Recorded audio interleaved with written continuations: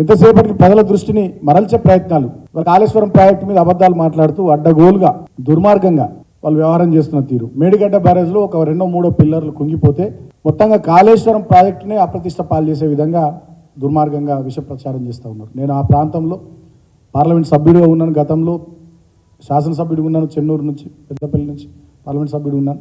ఇవాళ నేను సరైన సమాచారంతో మాట్లాడుతున్నాను. కాళేశ్వరం ప్రాజెక్ట్ అనేది కేవలం ఒక మేడిగడ్డ బ్యారేజ్ కాదు. దాంట్లో మేడిగడ్డ, అన్నారం, సుందిలో 3 బ్యారేజ్లు ఉన్నాయి, అనేక రిజర్వాయర్లు ఉన్నాయి, అనేక పంపింగ్ స్టేషన్లు ఉన్నాయి, పెద్ద ఎత్తున డిస్ట్రిబ్యూటరీ నెట్వర్క్ ఉంది.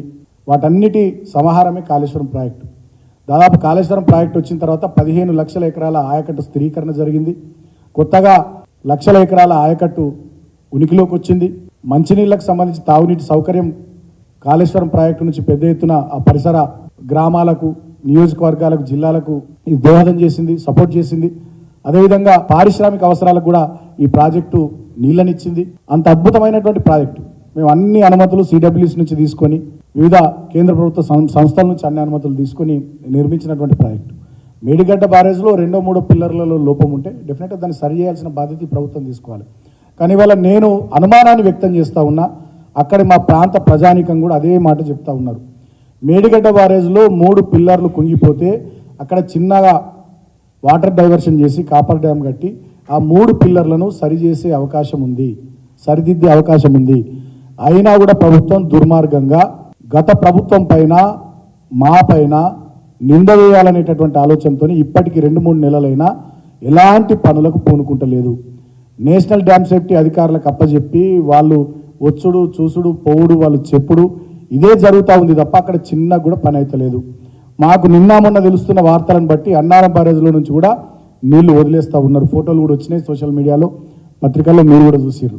సో ఎక్కడైతే ఆ పిల్లర్లు కుంగిపోయినాయో అక్కడికే అన్నారం బ్యారేజ్ నీళ్లు పోయేటట్టు వాళ్ళు కుట్ర చేస్తూ ఉన్నారు.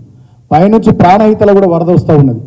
ఆ నీళ్లు కూడా ఆ కుంగిపోయిన పిల్లర్ల దగ్గరికి పోయే కుట్ర చేస్తూ ఉన్నారు. అంటే ఇక వాళ్ళకు వర్షాకాలం సీజన్ వచ్చేంత వరకు ఈ పనులు చేయాలనేటటువంటి ఆలోచన లేనట్టుగా స్పష్టంగా అర్థమవుతున్నది. వర్షాకాలంలో ఇటు గోదావరిలో, అటు ప్రాణహితలో లక్షల క్యూసెక్ల వరద వస్తుంది. ఒక్కొక్కసారి 20 లక్షల క్యూసెక్ల వరద వస్తుంది. అంటే అంత పెద్ద ఎత్తున వరద వచ్చి ఇంకా మిగతా పిల్లర్లు కుంగిపోయి ఆ మేడిగడ్డ బ్యారేజ్కి ఏమైనా జరగాలి, తద్వారా గత ప్రభుత్వాన్ని బదనాం చేయాలనేటటువంటి ఒక కుట్రపూరితమైనటువంటి ఆలోచన ఈ ముఖ్యమంత్రి దగ్గర ఉన్నట్టుగా మాకు స్పష్టంగా అర్థమవుతుంది. అదర్వైజ్ వీళ్ళకి అటువంటి ఆలోచన లేకపోతే ఇప్పటికీ అక్కడ పునరుద్ధరణ పనులు మొదలు పెట్టాలి.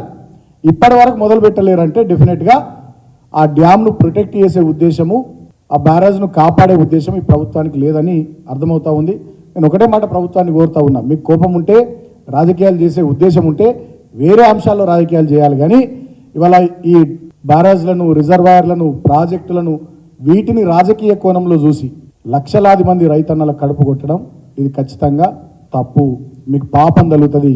ఈ ముఖ్యమంత్రికి, ఈ మంత్రులకు, ఈ ప్రభుత్వానికి పాపం తగులుతుంది, రైతుల ఉసురు తగులుతుంది. ఇప్పటికే ఏసంగి సీజన్కి సంబంధించి చాలా జిల్లాల్లో నీళ్లు లేక రైతులు ఇబ్బంది పడతా ఉన్నారు.